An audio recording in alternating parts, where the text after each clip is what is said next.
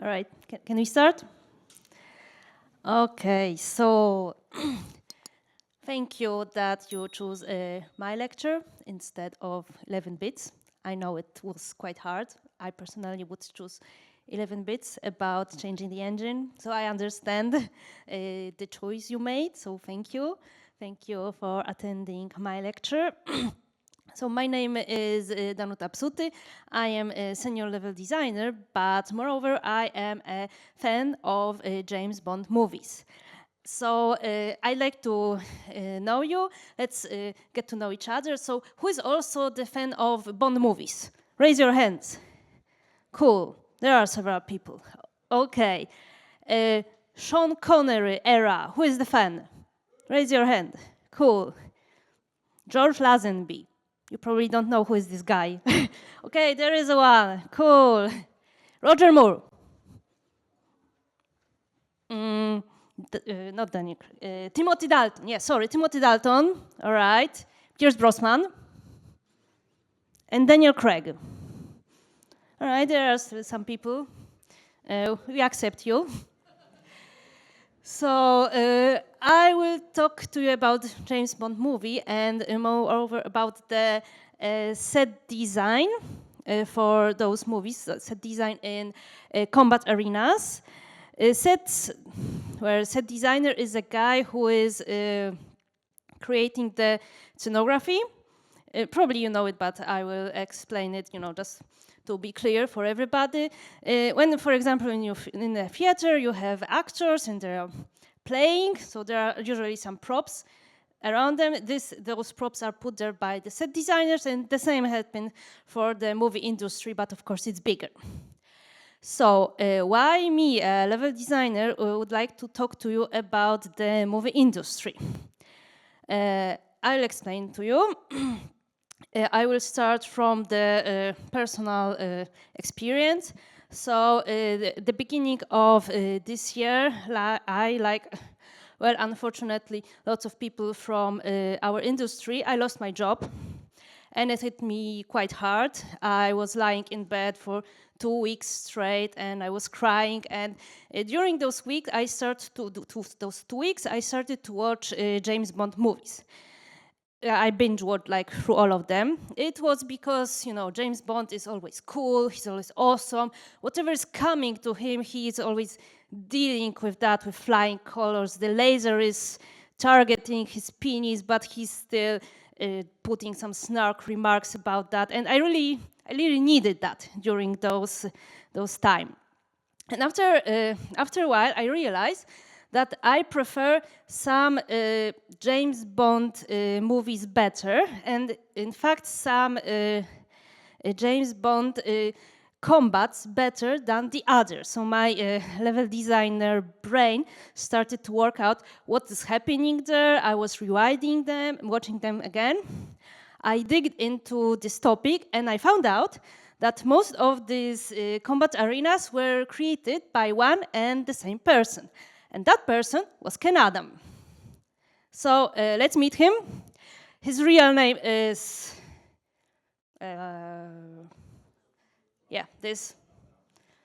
he was a German Jew, born in Berlin in 1921 into a wealthy family, so you can already feel some drama here. So it's quite interesting that his father was a war hero during the World War I. He got this Iron Cross, so the country was grateful to him with his work during the World War I. But of course, when Nazi came to power, they didn't like their heroes, not at all. So they had to flee from the German. They went into UK. They lose all their wealth. His father, Ken Adam's father, in fact died because it was too hard for him to bear with the new situation, with being poor again, being outsider, because also the Great Britain didn't accept this new Jewish family because they see them as Germans, of course. And in Germany, they were seen like a Jew, so they were outsiders everywhere. So it was his mother. She had to be the breadwinner for the family. She started a boarding house, and to this boarding house, many Jews from all over Europe flew. And this is how can Adam learn about the movie industry, because there were lots of people there, lots of people with careers, and he got interested into set design. He decided that, yeah, this is what I want to do for life, and fortunately, he was able to pursue this career. So his first movies he worked on were In Around the World in 80 Days and Ben-Hur. So you can already see that was a great start. But what's more important for us is that he did 7 Bond movies, mostly Sean Connery area, as you can see. Besides From Russia with Love, that's why From Russia with Love is not that cool. Come on. And also 2 movies from the Roger Moore era.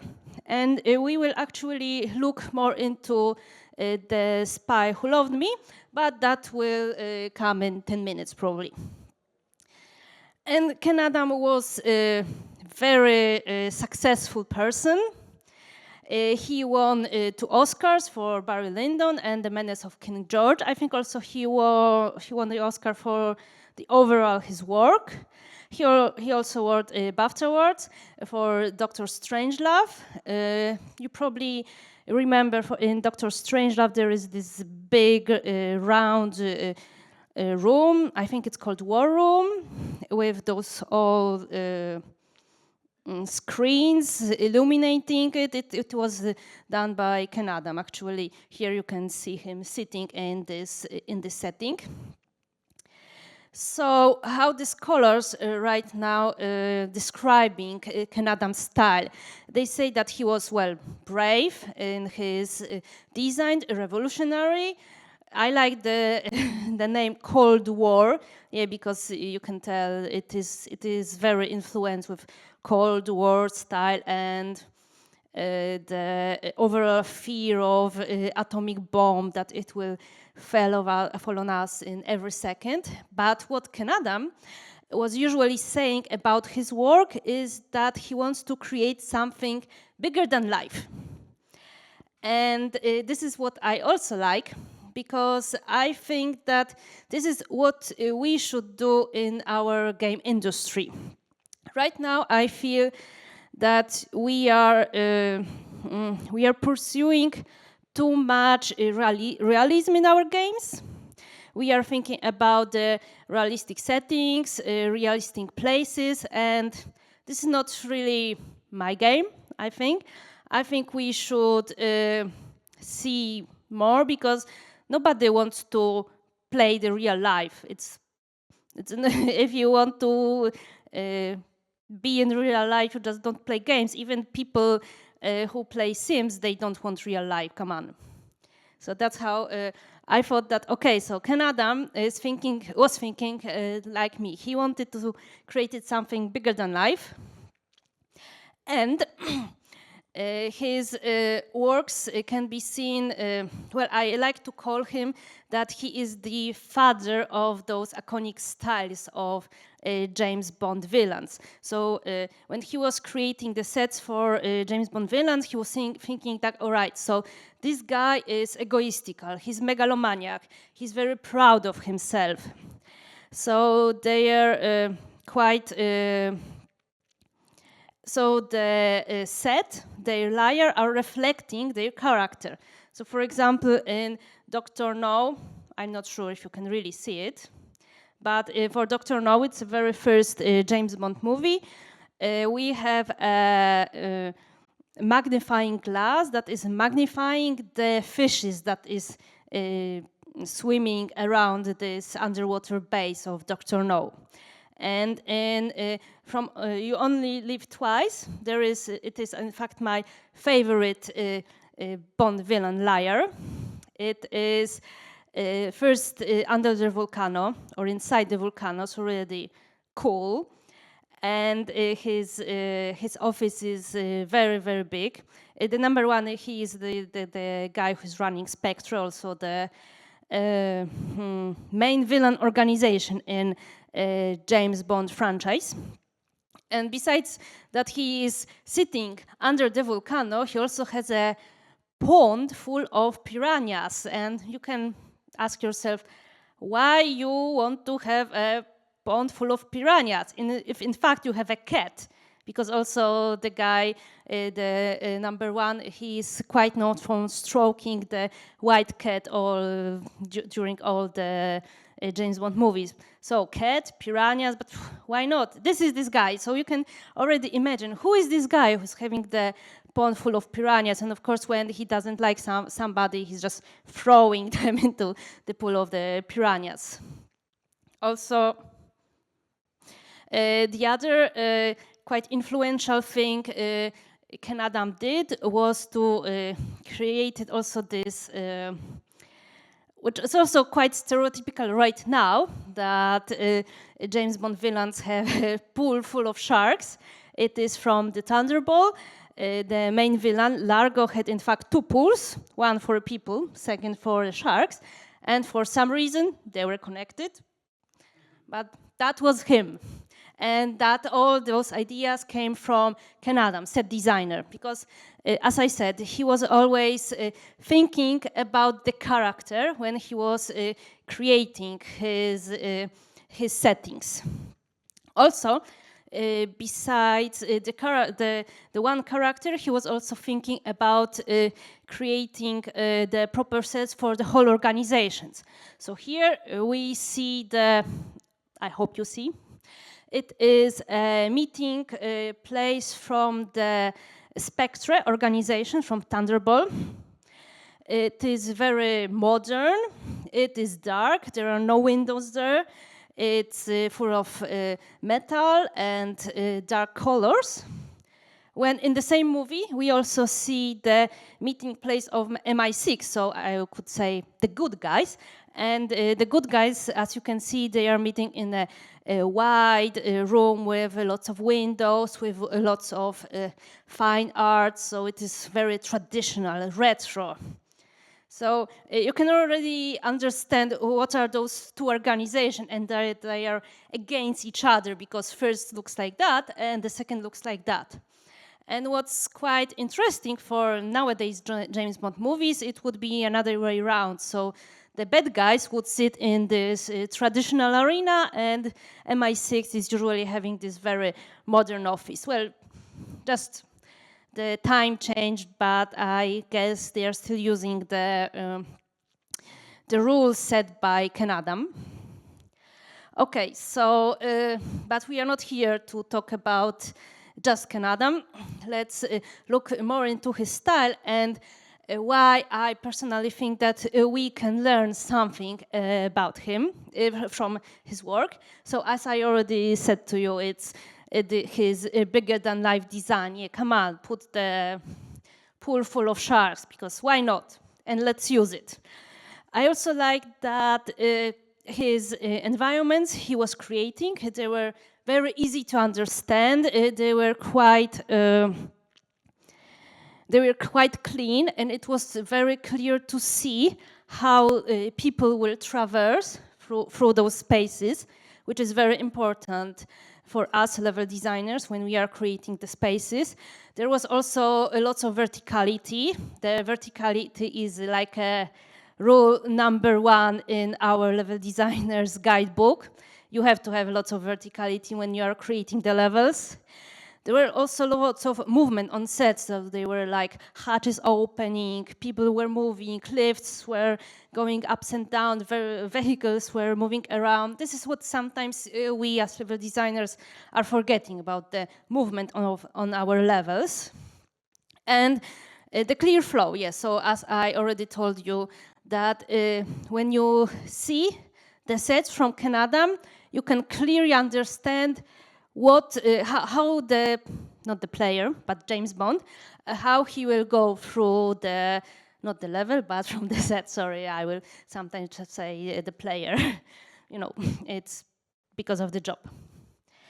So this is this screenshot, which fortunately you can see because it's quite bright. It comes from Dr. No. It's a final scene.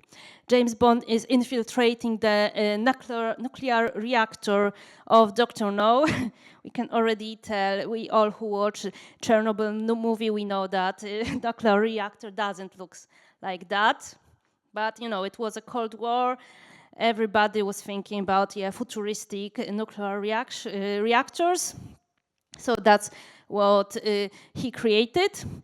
But here we have very important two spots. We have Dr. No, he's sitting here, and we have this nuclear reactor here, and Bond is actually moving from here to here. It's very easy to understand.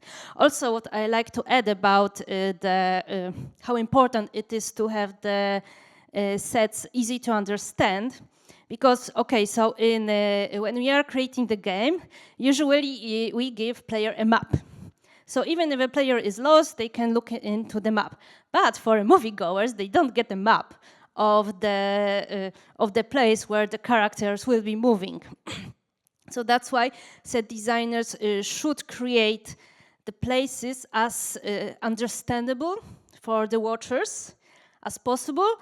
And that's what I think we in game industry should learn a little bit from them. So yeah, this is the this clear flow. Another thing, the verticality. As you can see, there are several floors. Here there's 1, 2, 3, 4, and 5. So if you would, I think it's already great for a combat arena. Just put some covers here and there, and we can play it. Why not? And the movement on set, this comes from the You Only Live Twice. So the evil liar under the volcano, you see that there are hatches opening, there are people moving around, there are vehicles, there is this big lift that will be also used in a second, and it's already catch your attention. So now let's dive deeper and actually watch combat arena from a movie and understand how it is working and why it is so great. So as I told you before, I will use this final combat arena, let's name it the group combat arena, yeah, because there are also the showdown between James Bond and the other guy. But no, what we are talking here and what I am mostly interested in is about the group combat arenas, not the boss fights arenas. So I will use the great combat arena from The Spy Who Loved Me. If you didn't watch this movie, it is about a guy named Stormberg. He is kidnapping submarines from the powers of the world, so the Russia, it's USSR of course during those times, from USA and I guess from UK, and this is how James Bond is involved in the finding the Stormberg. He teams up with the Russian lady, who is also the spy. And the deal with Stormberg is that he actually wants to flood the world. I think he wanted to use the submarines because, of course, submarines were having the atomic bomb on them. You know, it's classic James Bond movie. It's just a classic James Bond plot. You have atomic bomb somewhere, and you have to retrieve it.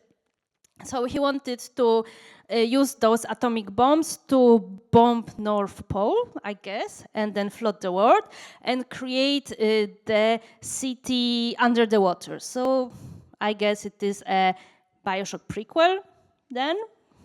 And our Stormberg is our Andrew Ryan, or maybe his father, something like that. And this is how we find that, this is how we create the multiverse. But anyway, let's watch the exposition first into the final combat arena, which is in Supertanker. And I hope it will work. It will work? moving? Yes, it is moving. Okay, you don't see too much here, but it is a submarine that they are realizing that they are that this big supertanker is swallowing them. The supertanker, of course, comes from the Stormberg, and now the submarine is getting. You got maybe even some music. It's getting into the inside arena of the supertanker, which was, fun fact, lighted by the Stanley Kubrick, but he didn't want to be credited because he didn't want anyone to know that he was working on James Bond movie. But now we know. Okay, it is, I forgot to set to you that here you see a yellow globe in a distance. I like to call it a hero piece. So the yellow globe is something we catch from the very beginning. Of course, there are some vehicles moving here and there, so we already know, okay, so there are some vehicles, we can use them later. We learned that a bad guy, he is sitting in this yellow globe room. It's thankful it's so big, so we can see it.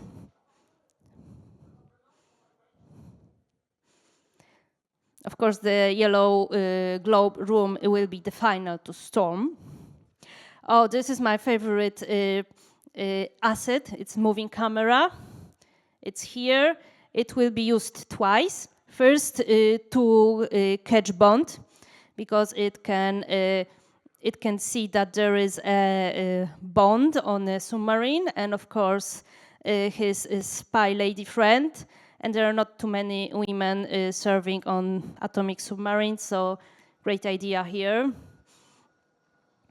We know that there are missiles here from where they are coming. And now we see that the Bond is traveling through this arena here, so we get to know it a little better.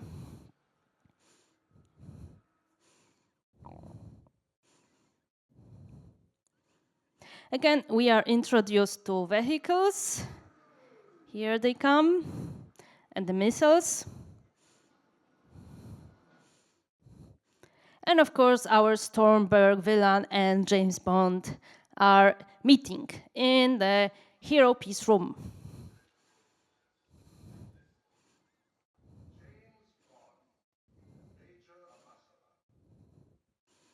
Yeah, so that is the introduction of the set. And now we will see how all those ingredients are working when the combat starts.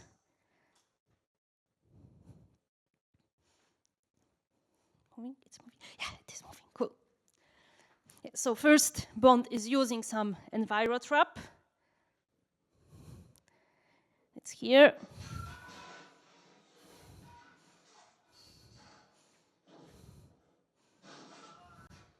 Of course, nobody is shooting him.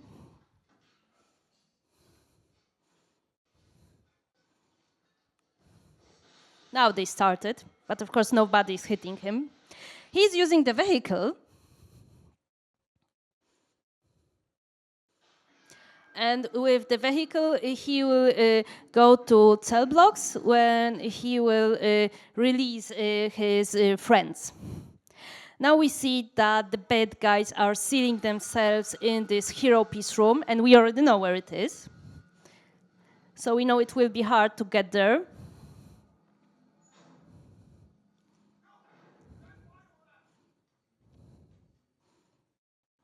And good guys are storming this main super tank room.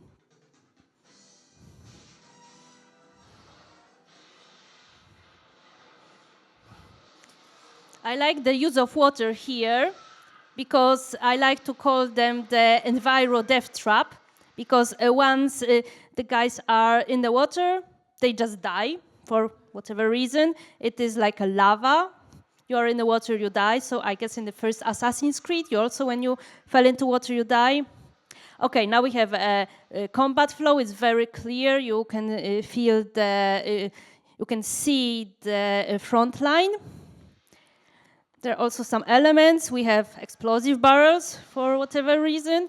We have a little bit like a cover shooter, mostly used by James Bond. Yeah, cover. Lots of FX. They had the budget for that. It's so great.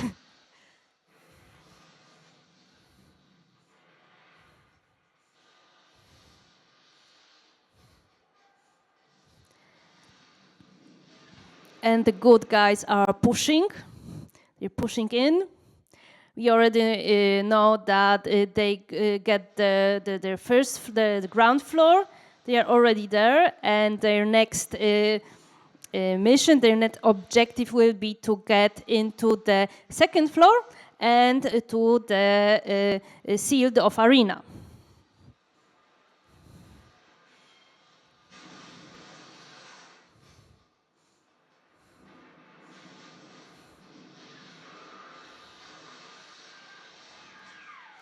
Yeah, they fall into water here, so you know, you're in the water, you die.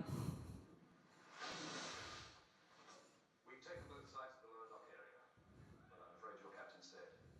We're still no closer to that control room. Yeah, so there is a combat puzzle to solve.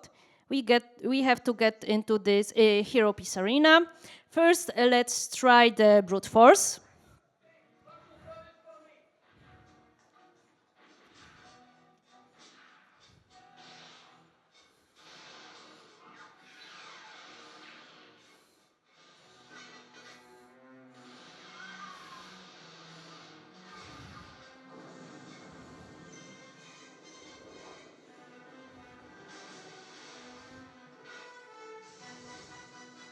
Yeah, even grenade will not work.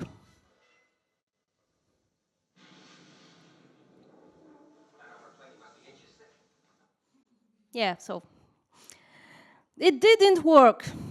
That's why we need James Bond.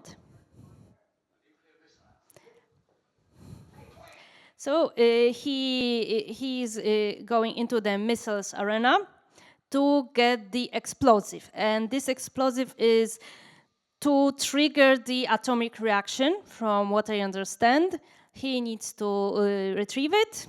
Now he is on a little bit like a stealth mission, because we shouldn't forget that he's actually a spy.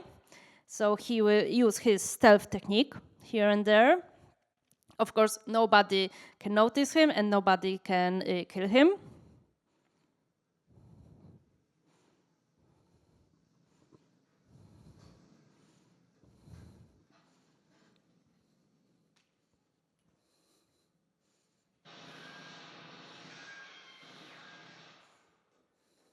Oh, he's too sneaky for a gun. And that will be the second use of my favorite asset, the candid camera. I love when assets are used at least twice, so good for them here. First, it was used to catch Bond, but now Bond is using it for himself.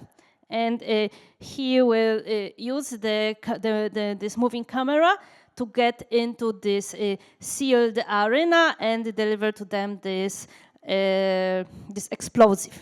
And now we have a cool James Bond theme playing.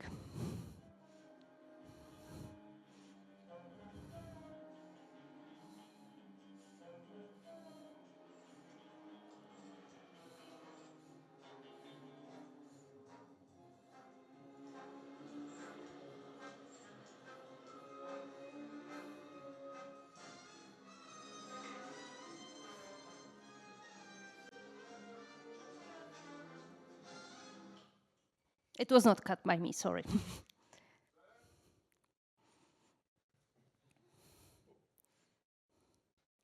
So James Bond was able to glue the explosive into the seal room.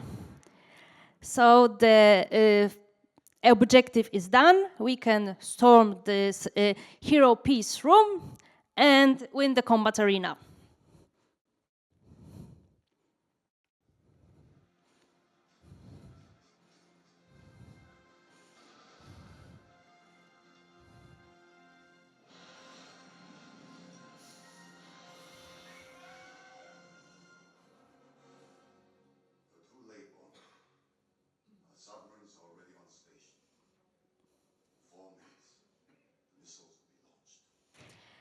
Well, don't be too proud about yourself, Mr. Capitan. The Bond will eventually win the day.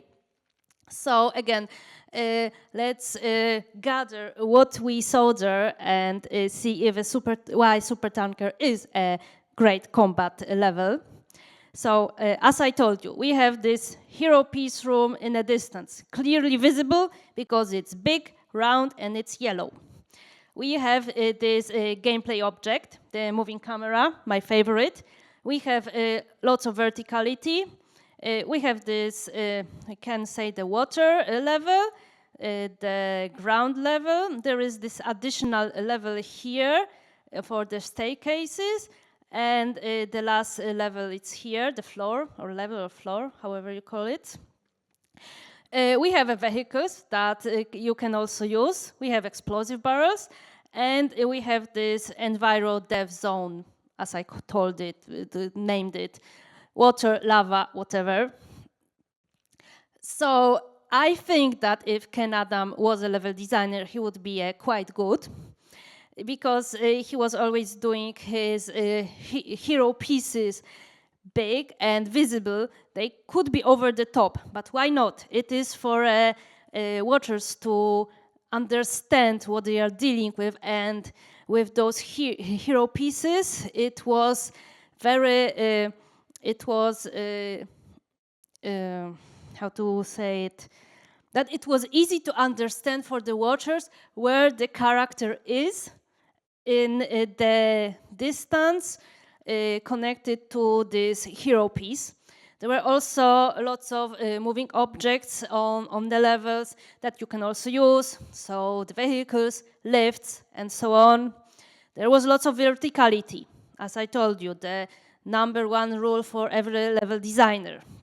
Also, the combat arenas itself were very, very large. Yet the supertanker, it fitted like 3 submarines, which is, well, probably it is, no supertanker would fit 3 submarines, I guess, but maybe I'm wrong.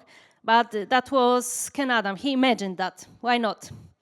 And also, what I really like about him, that also when we are talking about the combat arenas, the front line was usually very clearly visible for a player, for the watcher. This is what I learned when I was working for Outriders, for People Can Fly. It was a combat, it was a cover shooter game. You can you can don't know it, but yeah, it is a cover shooter. Everybody's using their skills, but we created this as a cover shooter. So when creating the levels for that, I learned how important it is for a player to know where is the front line and where they should push in the level. And also, the last but not least, that the levels actually reflect the people who are the owners of those levels. I mean, the villains or the lesser villains. I think we do it for the main bosses arena and for the mini bosses arena, but I think that we sometimes forget about it just for the usual combat arenas. We just forget about that they also should have some themes, and they should also, well, show us about the characters who were owners of those places. So maybe I will tell you right now a little bit about myself. I am a level designer with 12 years of experience. I enjoy making combat arenas, as you can imagine right now. Also, I love storytelling. I also love to create some storytelling pieces. I'm also a writer. I published a book in April this year. It's in Polish. It's Ludzie bez dusz called. You can buy it on Empix, on big Empix. And for my game career, I worked on the titles like Dying Light, Assassin's Creed, Ghost Recon, Outriders, and recently I worked for Silent Hill 2 remake, where I also created some combat arenas, and I actually love it. But probably that's more important stats about myself. about what Bond I like and what are my opinions about that. You probably also have your opinions, so you're welcome to come to me after the lecture and tell me why you prefer this over that or something like that. And about the picture screenshot I took for my presentation, they were mostly from YouTube, because you can buy all the James Bond movies from YouTube in a very good quality.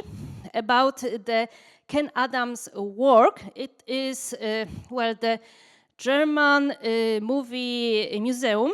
The Germans finally welcome back Ken Adam as their citizen, and they created a museum for him. And they released a book about Ken Adam, when you can see all his sketches, interviews with him. But unfortunately, it costs right now 850 euro, so quite a lot. Probably it's even higher, the cost of it right now. So maybe one day I will buy it. I don't know how. You can buy other books about Ken Adam. I already ordered one from USA. It costed me around 200 zloty, so a little less, but still. It's hard to get anything about anything solid about him, like a book, I mean. But you can find about him lots about him in the internet. So that's it. So do you have any remarks, any questions? Do you want to share any thoughts with me? Please, I welcome any of your thoughts now.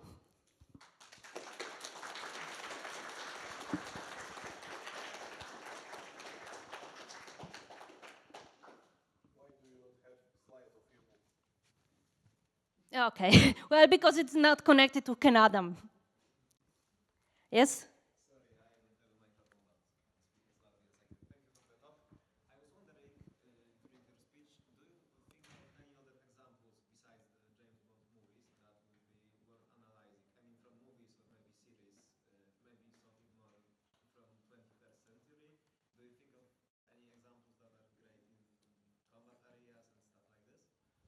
Yes, I was thinking about the very first Avenger movie, where there is this final fight in New York, when there are, those guys coming from the ship and storming the New York. I think it also works very well as a big combat arena.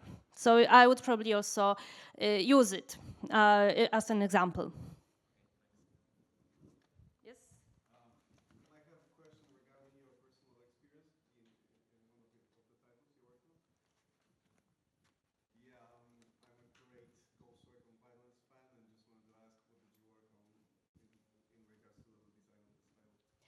I was doing the convoy, so you were catching up. You were driving around this big Bolivia, and you were catching up with convoys. Because during my stay in Ubisoft, so when I was working for Assassin's Creed and Ghost Recon, I was in a driving team, and so I was mostly focused on delivering driving experience there.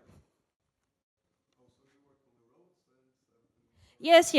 Well, I was working on traffic there, on the bad guys on the roads and so on, how you chase them. It was a little bit more like a game design work than the actual level design, I guess. Yes, exactly. Yes?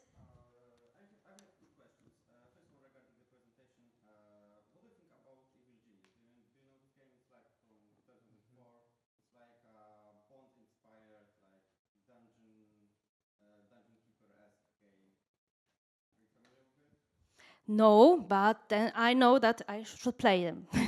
Thank you.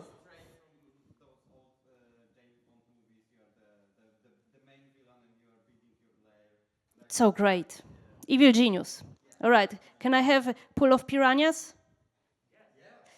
Great. Okay.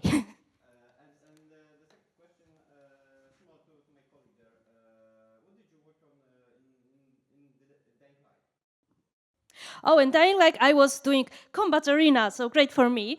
There is this, I can't remember how they were called, dead zone, something like that. You get into this arena and you're just killing the zombies and that's it. So combat arenas, mostly. I am combat level designer. Yes, first. I wanted to ask, in general, like most or like the most memorable combat arenas or arenas in general have one kind or two kinds of like you mentioned it's the camera, like some extra trick, some extra gameplay or level element. For example, like James Bond having the camera as an obstacle first and then using it as an exploit second, something like that, or like in some levels of like I don't know, Titanfall 2, you have one level where you time travel back and forth just for this level, and or something like uh, Dishonored 2, like the Clockwork Mansion, where everything changes in every floor. What is? Do you have a rule of thumb of like how's the balance of like gimmicky levels is maybe a little bit derogatory, but like levels or arenas with a unique gimmick, arena gimmick, and like normal arenas.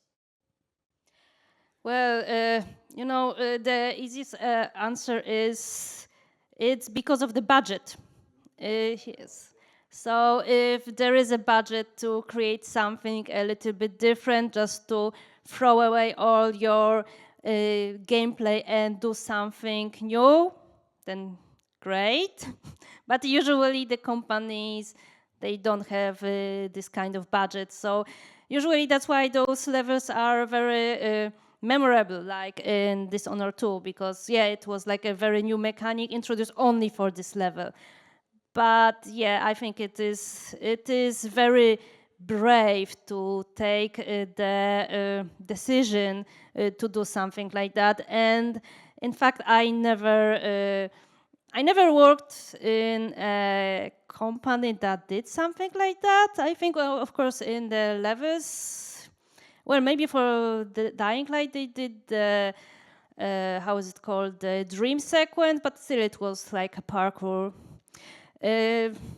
Boss arenas are usually something with a different gameplay, but well, yeah, there are bosses. So maybe the bosses are something a little bit different than the rest, but they are, yeah, you remember them because they are bosses, but not because they are whole levels. And yes. Do you have some game or games that you take inspiration from when designing the game combat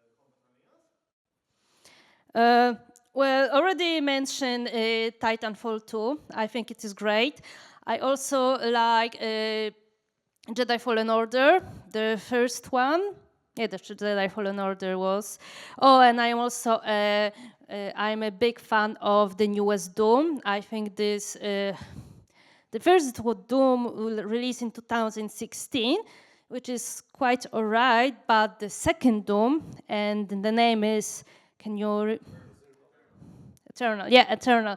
This I think has the greatest combat arenas I experienced. It's very nice. I think I already played it 3 times. Yeah, and of course, yeah. So aforementioned Dishonored, but they don't really have a combat arenas, of course. But they are very heavy on level design. So yeah, that's the games for me. Any questions? Yes, from the back. Yeah, I don't know. Do you hear me well? Yes.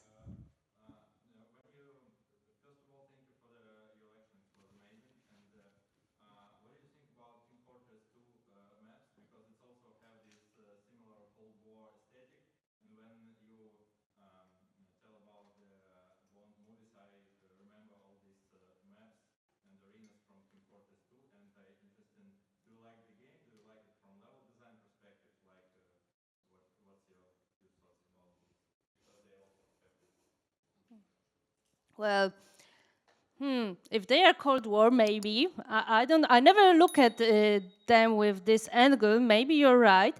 But about them, I like this Team Fortress Arena because they are very clear. you can very clear your path. But designing levels for the multiplayer, it is a little different than creating the levels for single player experience, because it is very important that those levels are mirroring each other. You know, the red side and the blue side, they should be mirrored. So an approach there, it is a little bit different, but still it is, the design there is very clear and the path there is very clear. Yes? So do you like more of design of more linear segments, like for example in Titanfall 2, or do you like more open arenas, for example in Doom, the new Doom? What do you prefer? Well, both.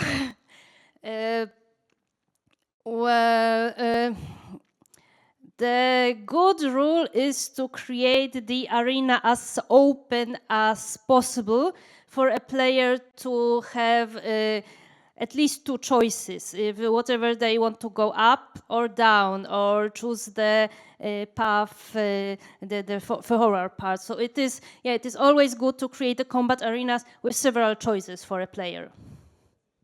So more open, basically. Yes, open. Not like open world dish, but open. Let's say arenas from Halo, for example. Which Halo? I think most of them, because from what I understand, they design the combat arenas as a sandbox. You have some tools, you have enemies, and you. All right, maybe I don't remember Halo that much, but we can talk about the next game. This people did so Destiny, and yeah, in Destiny, yes, they have their combat arenas are very nice, very clear. It's multiplayer, of course, and yes, it is. It had to be created this way that there are like up to 4 people, from what I remember, and each of those person needs to have their own path. So that's why also they are quite big, because you cannot just be crowded in one corridor. You have to choose your own path and run around. Thank you. Another question? Yep, in the back. Another one, yeah. Maybe you already answered by your action, but do you have some your favorite setting as because you have a huge experience, and I mean some more sci-fi, more modern, more retro, more fantasy. So something that some setting that you like more to work as a level designer, or it doesn't mean for you so much. Okay, so well, actually, I prefer shooters. I like doing shooters because for the brawler combat, you don't, as a level designer, you don't really do too much, because it's just a flat pancake arena and that's it. So nothing really to play with for level designer. So so we need to be an era where you actually can shoot. So that's the first thing. And the second thing is that I prefer shooting monsters than actual people, because, well, besides the moral thing is that people, you know, are boring. You just do the headshots to them and they have guns, but for monsters, we can just release our imagination and do whatever we want. And with lots of different monsters, we can create also lots of interesting combat puzzles. So that's the answer from me. Any more? Are we wrapping up? Okay, so I guess that's it. Thank you again for attending my talk.